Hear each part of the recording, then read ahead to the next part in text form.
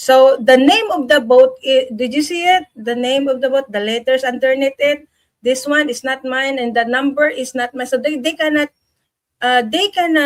contact me, because if they check the number, they cannot find the owner, because the boat, the document is not done yet. That's why I need to paint the paint that I registered.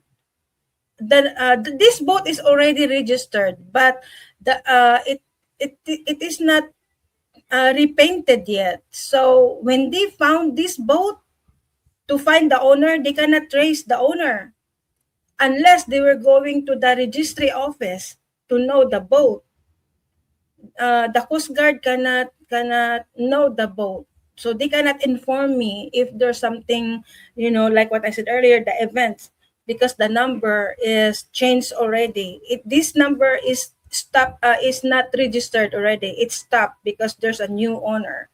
So, and also the name. So they cannot trace that's why I understand why my boat is damaged.